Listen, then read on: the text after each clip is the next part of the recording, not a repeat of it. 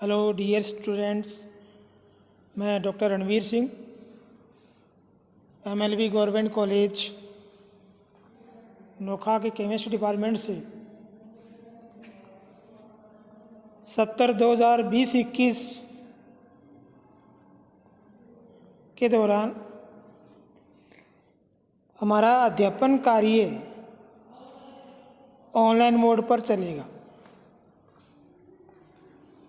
तो आप सभी लोग घर पर रहते हुए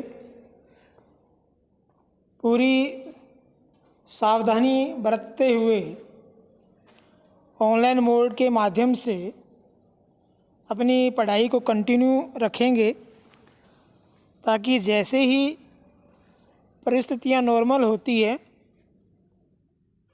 और क्लासेस नॉर्मल मोड से रन करें, उस समय सिलेबस का भार अचानक से हम पर हावी ना हो।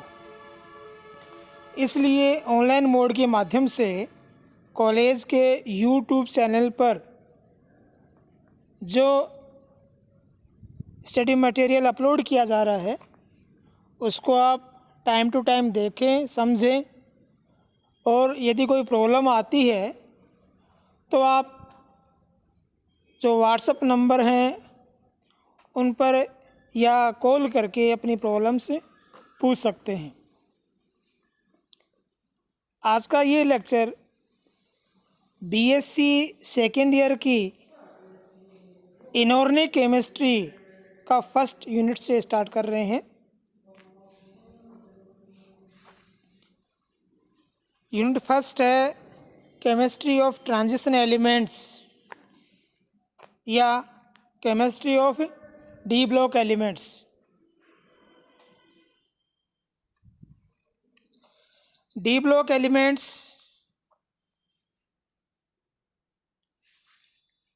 तो जब हम स्टार्टिंग में केमिस्ट्री में अध्ययन करते हैं तो आवर्त सारणी के अंतर्गत हमने ये देखा कि जितने भी एलिमेंट्स जिनसे मिलकर कंपाउंड्स का निर्माण हुआ है, उन सभी एलिमेंट्स को अध्ययन की सुविधा के लिए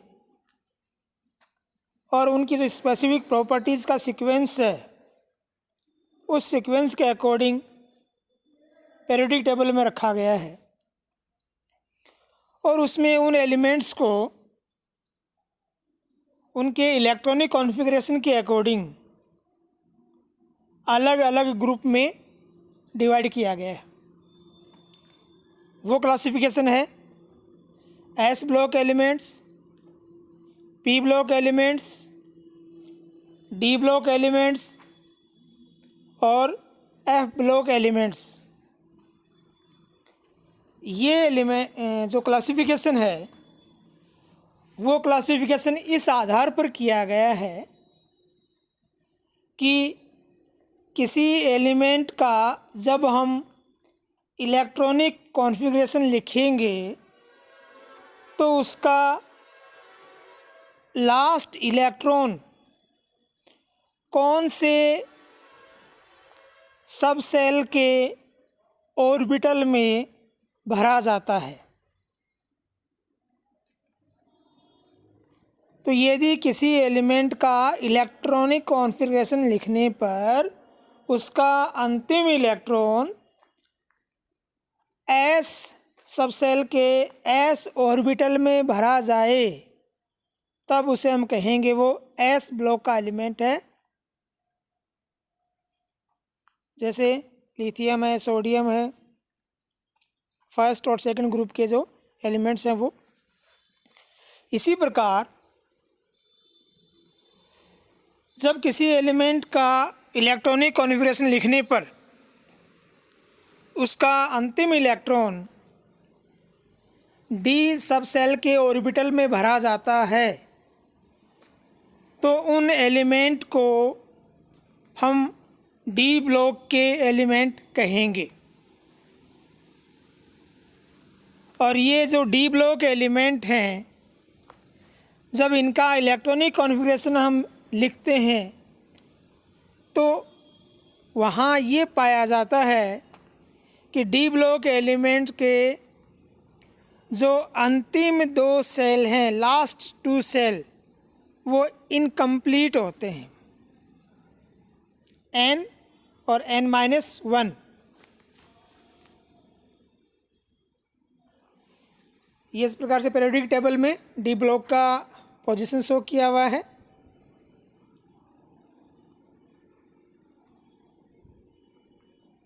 ये स्टार्टिंग में एस ब्लॉक, बीच में D block, right hand side में पी ब्लॉक और नीचे ए ब्लॉक एलिमेंट अलग से रखे गए हैं। ये पीरियोडिक टेबल जिसमें 3rd ग्रुप से लेकर 12th ग्रुप तक डी ब्लॉक एलिमेंट्स हैं।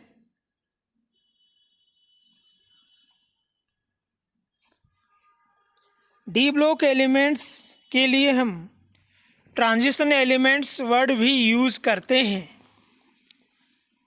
तो डी ब्लॉक एलिमेंट्स को हम ट्रांजिशन एलिमेंट्स क्यों कहेंगे और क्या सभी D block elements transition elements होंगे? तो डी ब्लॉक एलिमेंट का मतलब ये हुआ जिन एलिमेंट का अंतिम इलेक्ट्रॉन डी सबसेल के ऑर्बिटल में भरा जाता हो, वो सभी element D block element. Transition element का मतलब हुआ, यहाँ ट्रांजिशन का मतलब है प्रॉपर्टीज़ का ट्रांजिशन करना, संक्रमण होना। हिंदी में बोलते हैं हम इनको संक्रमण तत्व। तो जब प्रॉपर्टीज़ में संक्रमण होता है, संक्रमण का मतलब चेंज, जो चेंज वाली कंडीशन है, उस कंडीशन के कारण यहाँ पर ट्रांजिशन एलिमेंट आया है। जब हम आवर्त सारणी को देखेंगे तो यहाँ हम देख सकते हैं कि जब हम लेफ़्ट टू राइट जा रहे हैं तो पहले एस ब्लॉक एलिमेंट आ रहे हैं, फिर डी ब्लॉक एलिमेंट और फिर पी ब्लॉक एलिमेंट। जो डी ब्लॉक एलिमेंट है वो एस और पी ब्लॉक एलिमेंट के बीच में पाए जाते हैं। और आप सबको ध्यान है कि S block element metallic properties show करते हैं, मेटल्स होती है। पहले ग्रुप वाली क्षारीय धातु, दूसरे ग्रुप वाली क्षारीय मृदा धातु, और इन्हें हम कहते हैं कि ये इलेक्ट्रोपॉजिटिव एलिमेंट हैं। ये इलेक्ट्रॉन त्याग कर पॉजिटिव आयन बनाने की टेंडेंसी रखती है। तो ये मेटेलिक प्रॉपर्टी वाले हो गए एस ब्लॉक। जब हम लास्ट में राइट हैंड साइड जाते हैं तो आते हैं पी ब्लॉक एलिमेंट।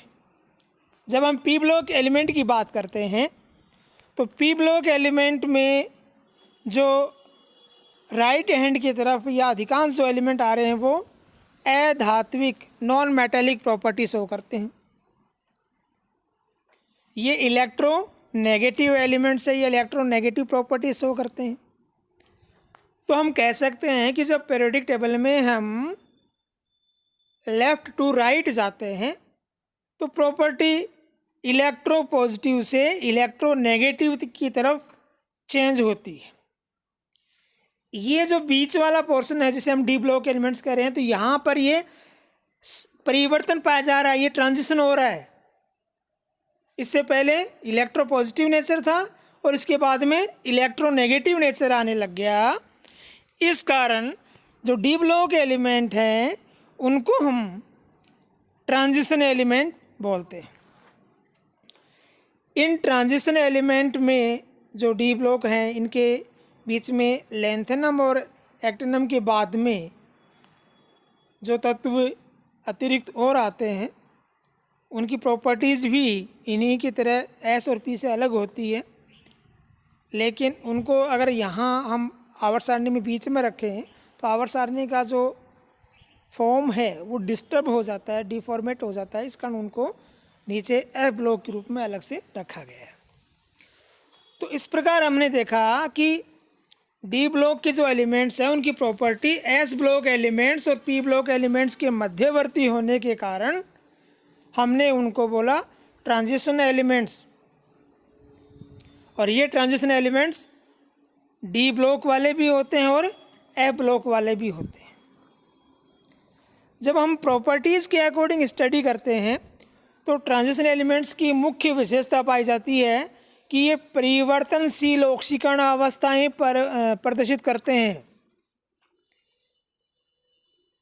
इनकी ऑक्सीजन स्टेट एक से अधिक होती है, जबकि एस ब्लॉक और पी ब्लॉक की जब हम बात करते हैं तो जनरली उनकी जो ऑक्सीजन स्टेट है वो फिक्स होती है।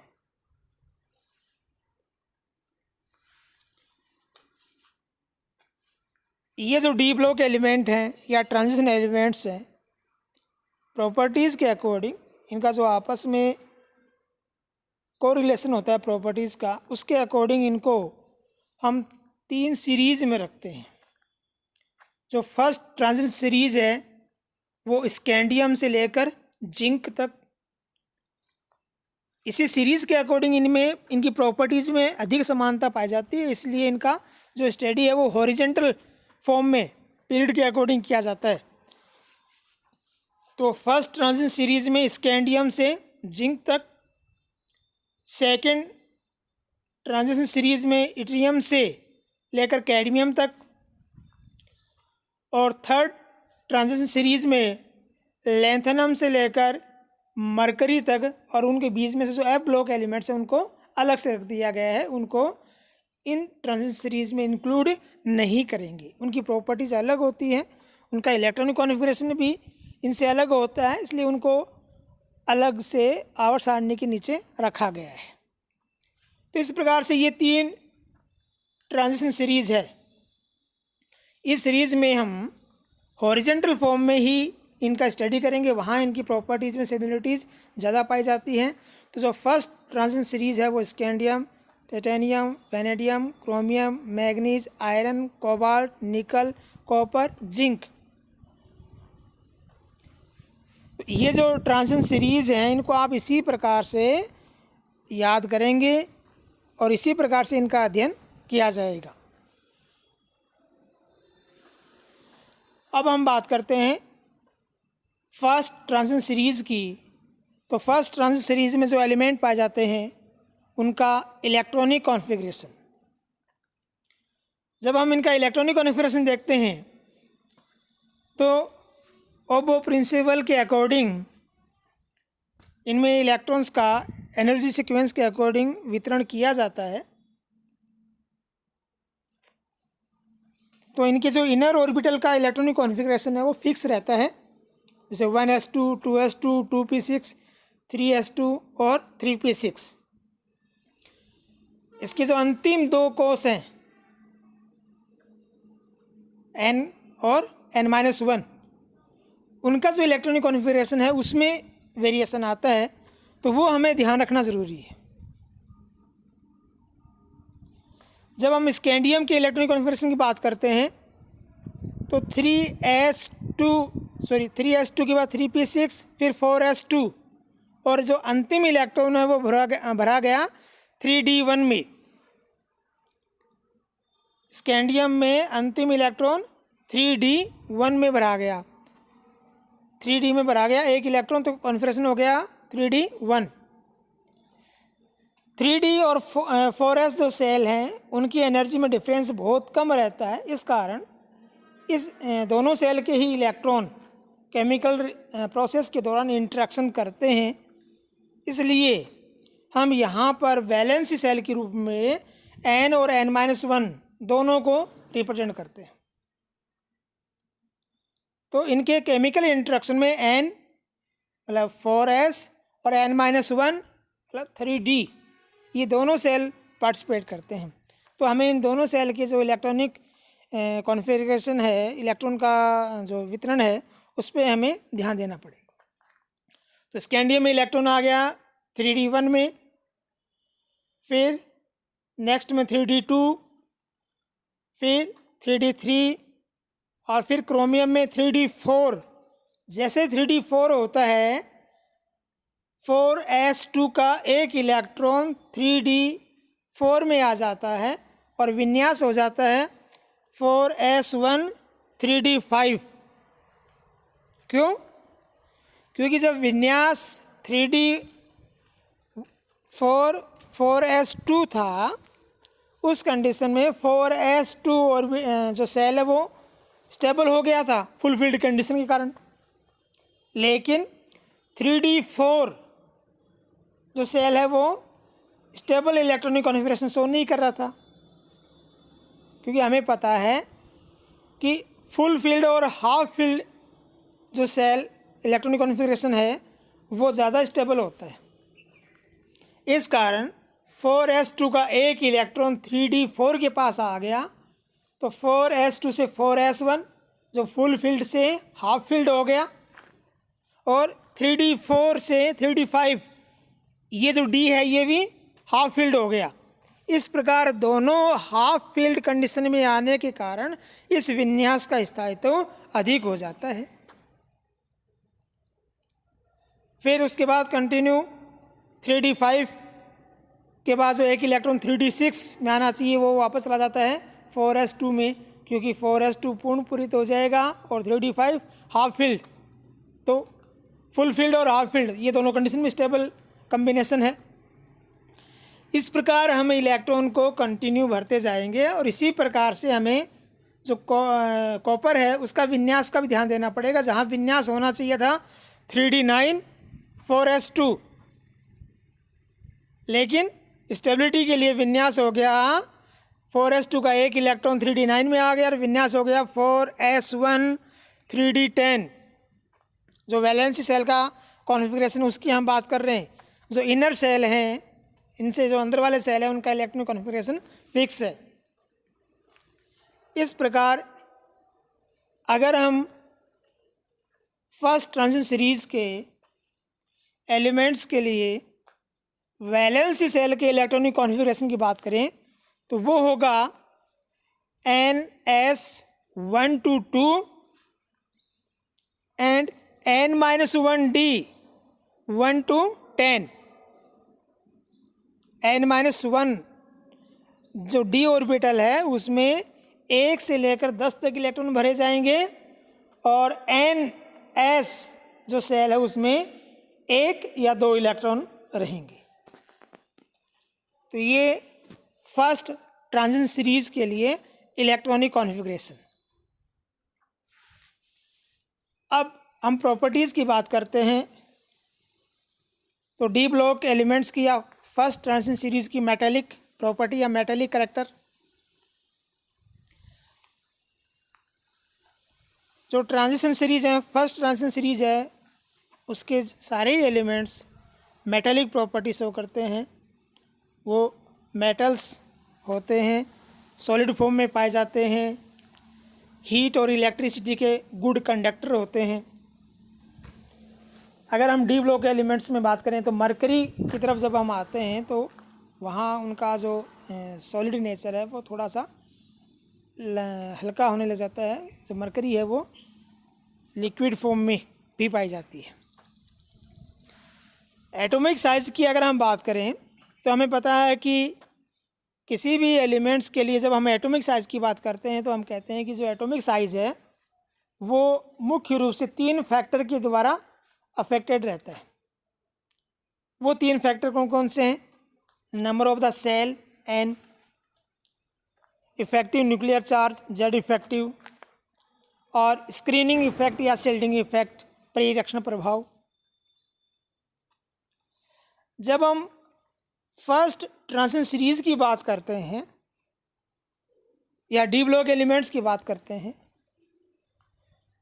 तो क्योंकि हम स्टडी कर रहे हैं सीरीज के अकॉर्डिंग या पीरियड के अकॉर्डिंग लेफ़्ट टू राइट जा रहे हैं, तो जब हम आवर्त सारणी में लेफ़्ट टू राइट जा रहे हैं तो नंबर ऑफ द सेल में कोई चेंज नहीं आ रहा है, कोष की संख्या में कोई चेंज नहीं आ रहा है। तो जब हम सीरीज में जो फर्स्ट ट्रांजिशन सीरीज है उसमें लेफ़्ट टू राइट जाएंगे तो number of the n cell की संख्या में कोई चेंज नहीं आएगा तो पहला इफेक्ट है वो कांस्टेंट है, तो उसको हम नेगलेक्ट करते हैं, उसको देखने की ज़रूरत नहीं है। Second, effective nuclear charge. तो इफेक्टिव न्यूक्लियर चार्ज या न्यूक्लियर चार्ज न्यूक्लियस में प्रोटॉन की संख्या जैसे जैसे बढ़ेगी वैसे वैसे बढ़ता है। तो जब हम लेफ़्ट टू राइट जाएंगे ट्रांजिशन सीरीज में तो एटॉमिक नंबर लगातार 1 by 1 सीक्वेंस में बढ़ रहा है। एटॉमिक नंबर एक डिजिट से बढ़ रहा है, इसका मतलब न्यूक्लियस में प्रोटॉन की संख्या एक इकाई से बढ़ रही है। तो उसके रेस्पेक्ट में न्यूक्लियस का पॉजिटिव चार्ज भी बढ़ रहा है। जब न्यूक्लियस का पॉजिटिव चार्ज बढ़ता है तो वो आउटरमोस्ट जो इलेक्ट्रॉन हैं उनको अपनी तरफ खींचता है। तो न्यूक्लियर चार्ज बढ़ने का इफ़ेक्ट ये होता है कि वो इलेक्ट्रॉन्स को या इलेक्ट्रॉन के सेल को अपनी तरफ खींचता है, जिससे वो सेल नाभिक की तरफ कंप्रेस्ड होते हैं और एटम या एलिमेंट का जो साइज़ है वो साइज़ घटने लग जाता है।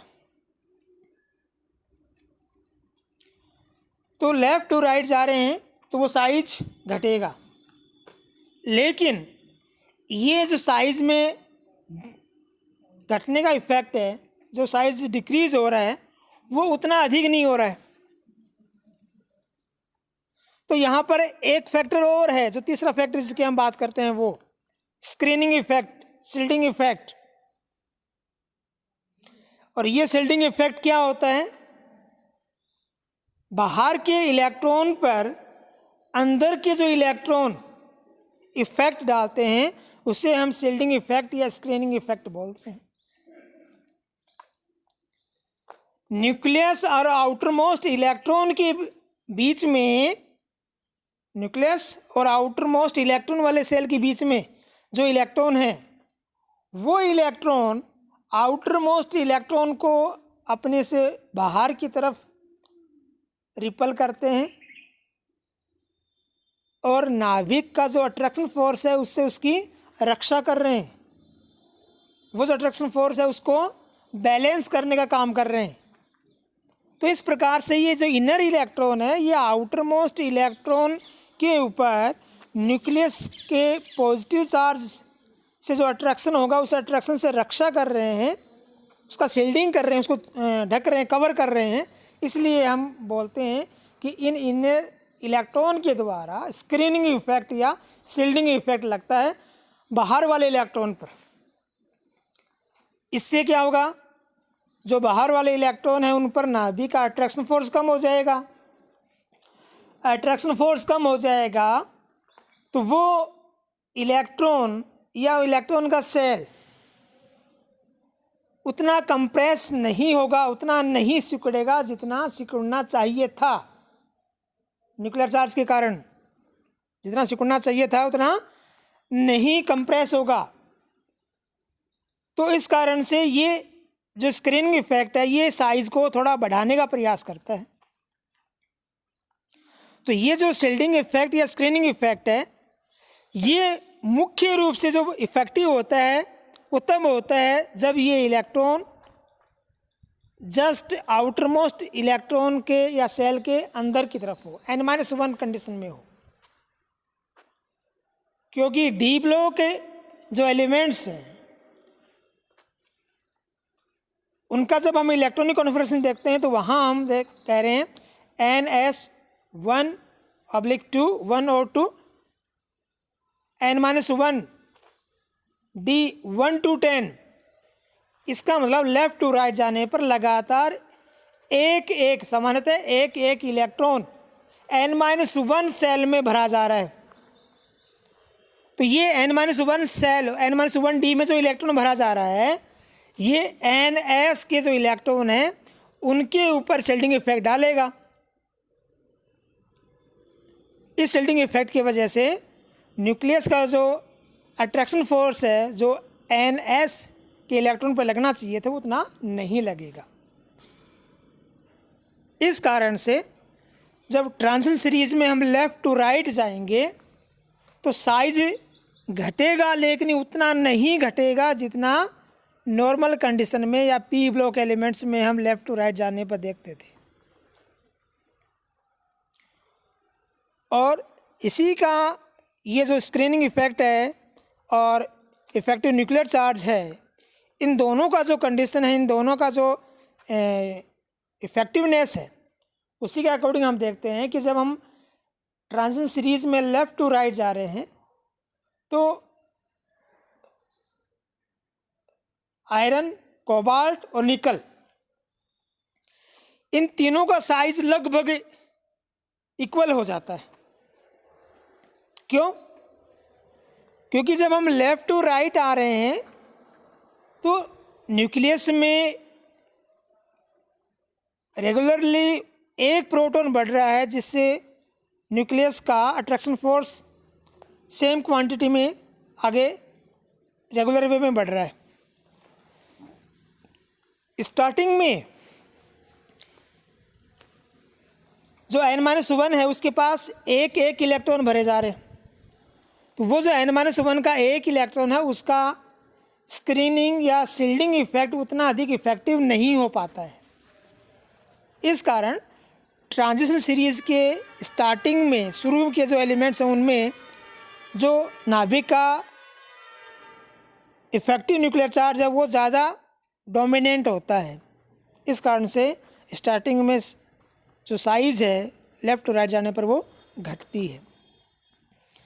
जब हम मैग्नीज और उससे आगे बढ़ते हैं तो जो डी ऑर्बिटल है n-1 डी है, उसमें इलेक्ट्रॉन की संख्या इफेक्टिव हो जाती है, वो हाफ फील्ड वाली कंडीशन में आ जाता है। तो उस कंडीशन में या होने से जो स्क्रीनिंग इफेक्ट है वो अब डोमिनेंसी की तरफ बढ़ने लग जाता है।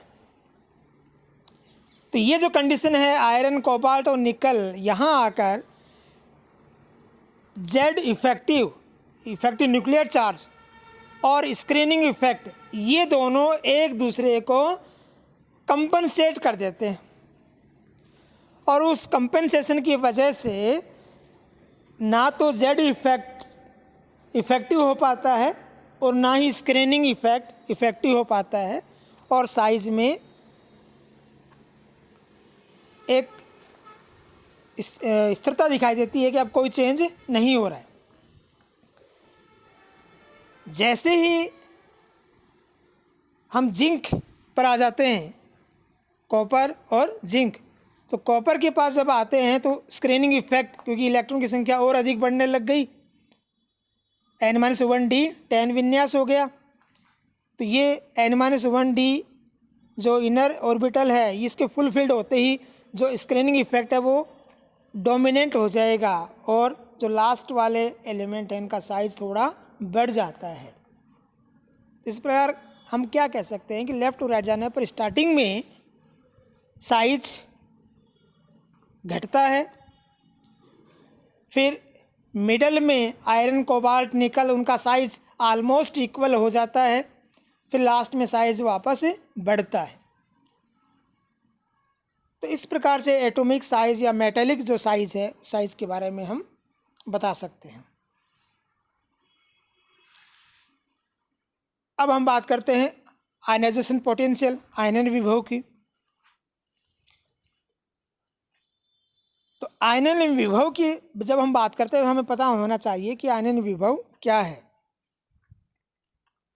तो जैसा आप सबको ध्यान है कि आउटर मोस्ट ऑर्बिटल से एक इलेक्ट्रॉन निकालने के लिए जितनी एनर्जी की रिक्वायरमेंट होती है, जितना पोटेंशियल चाहिए, वो आयनाइजेशन पोटेंशियल है।